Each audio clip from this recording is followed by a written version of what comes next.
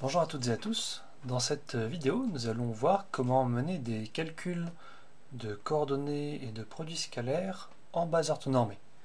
Donc, dans la vidéo précédente, nous avons vu comment obtenir une base orthonormée, puis maintenant nous allons voir à quel point c'est utile d'avoir une base orthonormée. Alors, en fait, tout part d'un calcul très simple. On va le faire, on va dire, presque sans énoncer de résultat, parce que ce sont des choses que vous devez à la fois savoir et savoir refaire. Donc si vous prenez U1, UN, une base orthonormée d'un R espace vectoriel euclidien, je devrais enlever le R en fait, E. Si je prends X, un vecteur de E, et des scalaires lambda 1, lambda n, des réels ici, tels que X s'écrit comme la somme pour i allant de 1 à n des lambda I fois UI.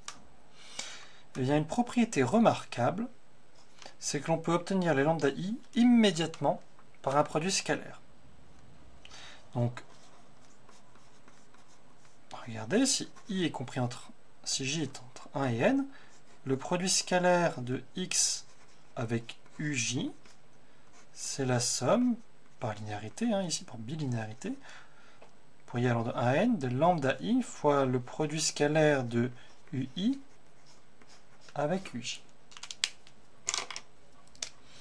Et puis, cette chose-là vaut 1 si I est différent de J, on a dit que la famille était orthonormée, et 0 si I est différent de J, famille orthogonale, 1 si I égale à J, famille orthonormée, donc c'est égal au produit de Kronecker.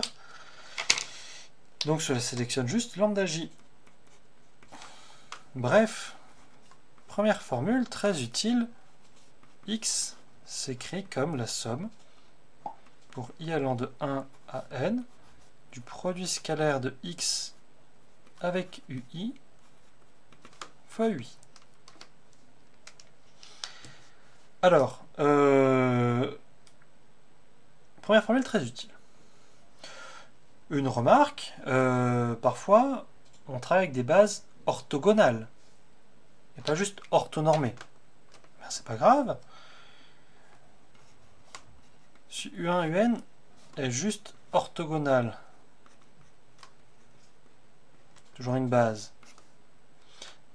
eh bien on passe par la base orthonormée obtenue en renormalisant tout cela. On peut écrire cette formule avec la version orthonormalisée et ensuite faire ressortir la norme ici.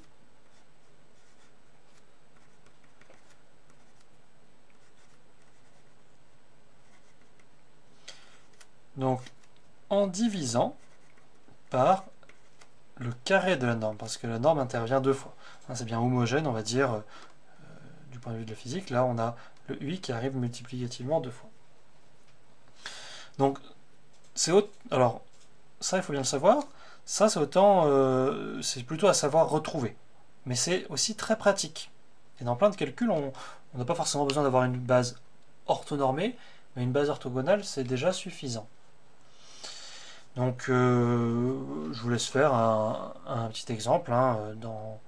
Vous en trouverez un dans le poly. Je peux vous en donner un autre dans R2. C'est le même, par normalisé. Les coordonnées du vecteur 42 1515 dans la base, on va mettre en colonne 1 2 moins 2 1. C'est facile comme tout. Donc je vous laisse appliquer les formules précédentes, à vous de le faire. Et sur exactement la même lancée, on peut voir que l'on peut calculer très facilement des produits scalaires. Donc, avec une base orthonormée, donc je prends deux vecteurs que j'écris. Le premier, j'écris x comme la somme pour i allant de 1 à n des lambda i ui, y qui est égal à la somme pour j allant de 1 à n des mu j fois uj.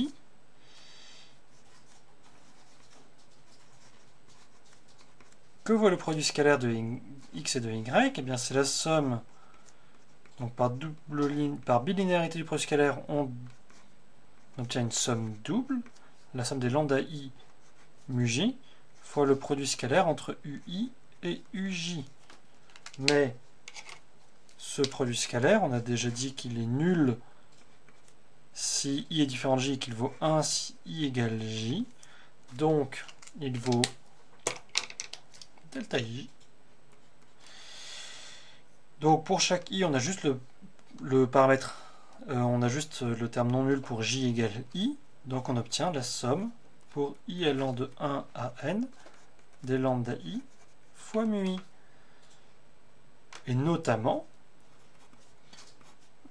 le carré de la norme de x s'écrit la somme pour i allant de 1 à n de lambda i au carré. Alors que faut-il retenir de ce deuxième petit calcul que vous devez savoir refaire aussi? C'est que quand on travaille dans une base orthonormée, avec des coordonnées dans cette base orthonormée, eh bien les calculs se mènent exactement comme avec le produit scalaire canonique. D'ailleurs, c'est un point de vue que vous développerez l'année prochaine de manière plus abstraite. Donc, ça c'est vraiment des considérations assez importantes. Ça permet de débloquer plein de choses. Vous le comprendrez petit à petit. Ce que je vous laisse en exercice, c'est d'établir ces formules dans le cas où la famille U1-UN n'est plus juste une base orthonormée, mais une base orthogonale. On a presque les mêmes choses, à une petite modification près.